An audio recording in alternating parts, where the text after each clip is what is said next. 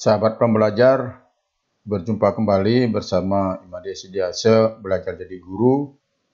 Kembali kita lanjutkan kepada pembahasan materi kelas 10 bab 2 tentang ketentuan Undang-Undang Dasar Negara Republik Indonesia tahun 1945 dalam kehidupan berbangsa dan bernegara di bagian yang ketiga atau bagian terakhir.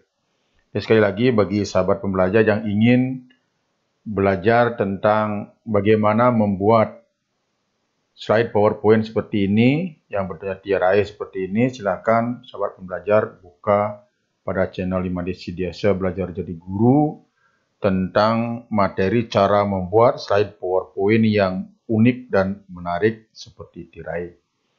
Baik sahabat pembelajar, kita akan membahas materi yang terakhir yaitu sub pokok bahasan C dan D. Yang A dan B kita pertemuan pertama dan kedua, sekarang pertemuan ketiga atau pertemuan yang terakhir ini kita akan membahas tentang sub pokok bahasan C, kemerdekaan beragama dan berkepercayaan di Indonesia, dan yang sub pokok bahasan D, sistem pertahanan dan keamanan negara Republik Indonesia.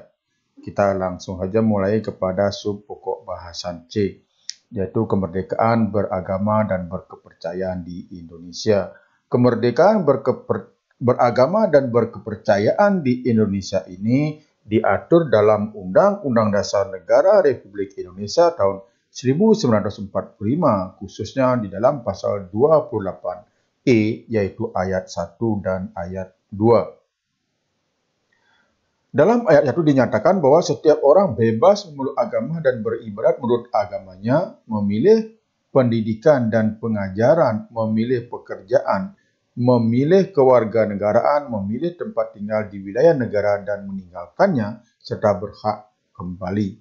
Dalam ayat 2 dinyatakan bahwa setiap orang berhak atas kebebasan, meyakini kepercayaan, meyakini pikiran dan sikap sesuai dengan hati nuraninya. Makna kemerdekaan beragama dan berkepercayaan.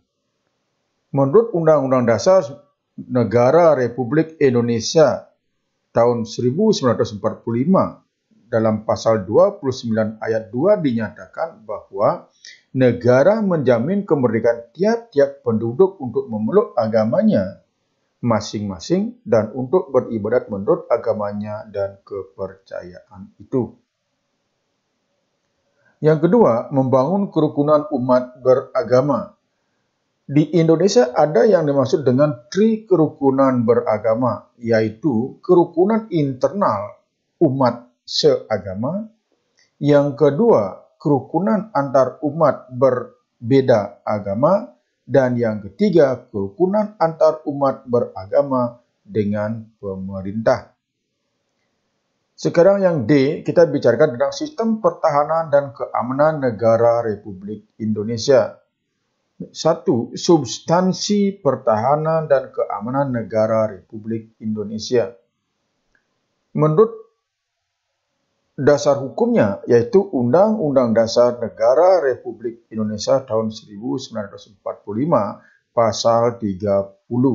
Dalam pasal 30 ayat 1 dinyatakan bahwa tiap-tiap warga negara berhak dan wajib ikut serta dalam usaha pertahanan dan keamanan negara. Ayat 2. Usaha pertahanan dan keamanan negara dilaksanakan melalui sistem pertahanan dan keamanan rakyat semesta oleh TNI dan Kepolisian Negara Republik Indonesia sebagai kekuatan utama dan rakyat sebagai kekuatan pendukung. Ayat 3. Tentara Nasional Indonesia terdiri atas Angkatan Darat, Angkatan Laut, dan Angkatan Udara sebagai alat negara bertugas mempertahankan, melindungi, dan memelihara keutuhan dan kedaulatan negara. Ayat 4. Kepolisian Negara Republik Indonesia sebagai alat negara yang menjaga keamanan dan ketertiban masyarakat, bertugas melindungi, mengayomi, melayani masyarakat, serta menegakkan hukum. Dan ayat 5. Susunan dan kedudukan Tentara Nasional Indonesia, Kepolisian Negara Republik Indonesia, hubungan kewenangan Tentara Nasional Indonesia dan Kepolisian Negara Republik Indonesia di dalam menjalankan tugasnya, syarat-syarat keikutsertaan warga negara dalam usaha pertahanan dan keamanan diatur dengan undang-undang. Ciri-ciri Sishankam rata. Yang pertama, kerakyatan, yaitu orientasi pertahanan dan keamanan negara diabdikan oleh dan untuk kepentingan seluruh rakyat. Yang kedua, kesemestaan, yaitu seluruh sumber daya nasional didayagunakan bagi upaya pertahanan. Yang ketiga, kewilayahan, yaitu gelar kekuatan pertahanan dilaksanakan secara menyebar di seluruh wilayah negara kesatuan Republik Indonesia sesuai dengan kondisi geografis sebagai negara kepulauan. Yang kedua, kesadaran bela negara dalam konteks sistem pertahanan dan keamanan negara. Dasar hukumnya, Undang-Undang Dasar Negara Republik Indonesia tahun 1945 pasal 27 ayat 3 yang menyatakan bahwa setiap warga negara berhak dan wajib ikut serta dalam upaya pembelaan negara. Dasar hukum yang kedua, pasal 30 ayat 1 yang berbunyi tiap-tiap warga negara berhak dan wajib ikut serta dalam usaha pertahanan dan keamanan. Wujud bela negara oleh warga negara. 1. Ikut serta dalam mengamankan lingkungan sekitar seperti ikut ronda Siskambling. Yang kedua, ikut serta membantu korban bencana di dalam negeri.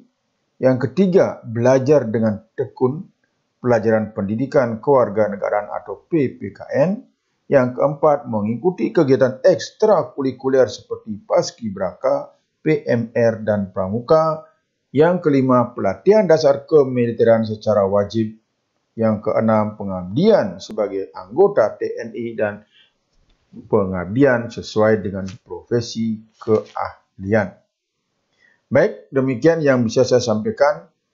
Semoga apa yang kita bahas dapat bermanfaat atau setidaknya mampu memberikan inspirasi kepada sahabat pembelajar dalam rangka membahas materi bab 2 Pendidikan Kewarganegaraan kelas 10. Terima kasih atas perhatiannya. Sampai jumpa lagi.